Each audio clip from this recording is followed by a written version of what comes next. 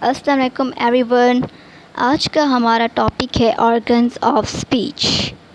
Viewers, आपके 5 senses की तरह जो आपको इनबॉर्न मिलते हैं, स्पीच जो है वो इनबॉर्न एबिलिटी नहीं होती, बल्कि इसको एक्सपोजर के साथ हासिल किया जाता है।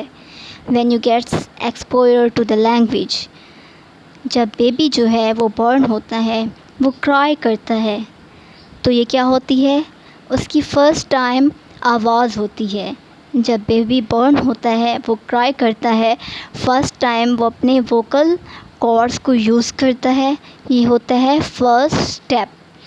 Very soon baby start to coo, gargle and bubble. You might think that speaking comes naturally like seeing and hearing. Yes, it is not impossible because speech जो है ये एक्सपोजर प्रोसेस है। Speech is not one of the 5 senses and now we discuss organs of speech. Organs of speech are also called articulators. Human body के वो organs जो हमें speech production में मदद करते हैं, उन्हें हम आर्टिकुलेटर्स कहते हैं या स्पीच ऑर्गन्स कहते हैं। Is that clear? Okay viewers, David Crystal की डेफिनेशन देखते हैं।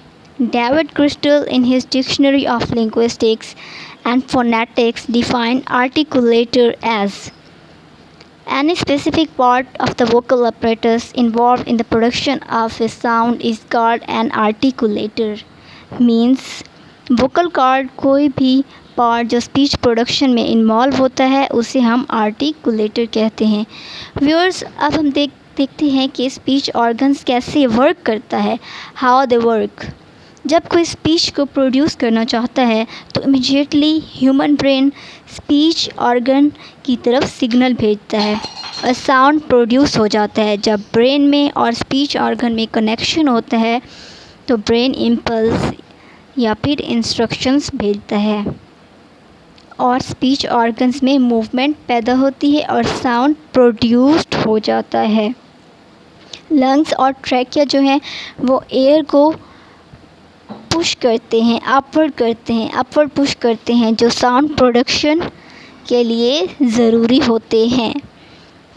Is that clear viewers? A person who wants to speak does not need to think too much about what to say. When a person speaks, there are following articulators. Classification of organs of speech. अब हम इसकी classifications को देखते हैं। Dear viewers, classification के हिसाब से इसको 2 कैटेगरीज़ में डिवाइड किया गया है। डेविड क्रिस्टल ने इसको 2 कैटेगरीज़ में डिवाइड किया है on the basics of their mobility और movement. Number 1 active articulators and number 2 passive articulators. Let us now define these 2 types. Active articulators जो होते हैं वो ड्यूरिंग द स्पीच जेस्चर वो पैसिव आर्टिकुलेटर्स की तरफ मूव करते हैं टू प्रोड्यूस द साउंड। ये हमारे लोअर जॉ के साथ जो है अटैच होते हैं, कनेक्टेड होते हैं टू प्रोड्यूस द साउंड और ये फ्रीली इमूवेबल होते हैं। The vocal tract connected to our jaw. The vocal tract connected directly to the greater mass of the skull. जो वोकल ट्रैक्ट होते हैं वो डायरेक्टली अटैच्ड होते हैं हमारे स्कल के साथ, इसलिए वो मूवेबल नहीं होते।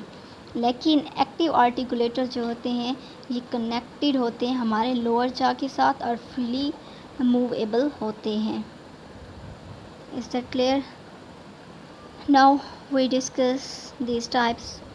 अब हम इस डायग्राम में देखेंगे जो लेबल्ड और नंबर्ड ऑर्गन्स हैं वो सारे के सारे एक्टिव आर्टिकुलेटर्स हैं। Number 1 tip of the tongue, number 2 blade of the tongue, number 3 front of tongue, back of tongue, lip of tongue. ये सारे के सारे एक्टिव आर्टिकुलेटर्स हैं। एक्टिव आर्टिकुलेटर्स को अब हम फर्दर डिस्कस करते हैं। टंग जो है 5 पार्ट्स में डिवाइड की गई है। टंग का फर्स्ट पार्ट जो होता है ना, ऊपर वाला हिस्सा, उसको हम टिप बोलते हैं। टिप क्या होता है? टंग का फर्स्ट ऊपर वाला हिस्सा होता है। और उसके बाद द ब्लेड होता है, it lies opposite to the alveolar ridge. फिर उसके बाद होता है the front, it lies opposite to the hard palate. फिर उसके बाद the back, it lies opposite to the soft palate और velum. Fifth the root, it lies at the end of the tongue. ये क्या होती है? टंग के एंड में होता है। Another is teeth. The teeth are very much helpful in producing various speech sounds. The sounds which are made with the tongue touching the teeth are called dental sound. बहुत सारे ऐसे sounds होते हैं जो कि टीथ की मदद से sounds को प्रोड्यूस करते हैं। पैसिव आर्टिकुलेटर्स क्या होते हैं? जो एक्टिव आर्टिकुलेटर्स होते हैं वो स्पीच प्रोडक्शन के दौरान पैसिव आर्टिकुलेटर्स की तरफ मूव करते हैं। एक्टिव आर्टिकुलेटर्स क्या होते हैं? फ्रीली अटैच्ड होते हैं लोअर जॉ के साथ और फ्रीली मूवेबल होते हैं। बट पैसिव आर्टिकुलेटर्स जो होते हैं वो कनेक्टेड होते हैं हमारे स्कल के साथ और ये जो है फ्रीली मूवेबल नहीं होते। Is that clear viewers? Passive articulator is the articulator that makes little movement. Okay, passive articulator जो होते हैं ना, इनमें हमारी अपर लिप होती है, हमारे जो अपर टीथ होते हैं और हमारे जो रूफ होता है टंग का वो होते हैं, सॉफ्ट पैलेट होते हैं। ओके, इनमें क्या होता है? फिल्म होता है सॉफ्ट पैलेट में। ठीक है, is that clear? Okay, now we discuss the alveolar ridge. जब आप फ्रंट टीथ को टच करके थोड़ा सा बैक जाते हैं ना तो एल्विलर रिज पैदा होती है। Another is the pharynx. ये बैक वॉल ऑफ थ्रॉट होते हैं।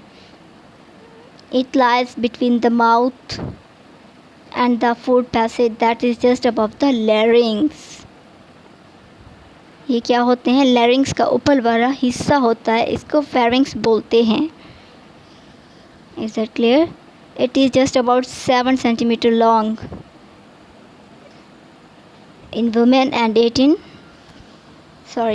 men. The hard palate. It is the concave part of the roof of the mouth. It is situated on the middle part of the roof.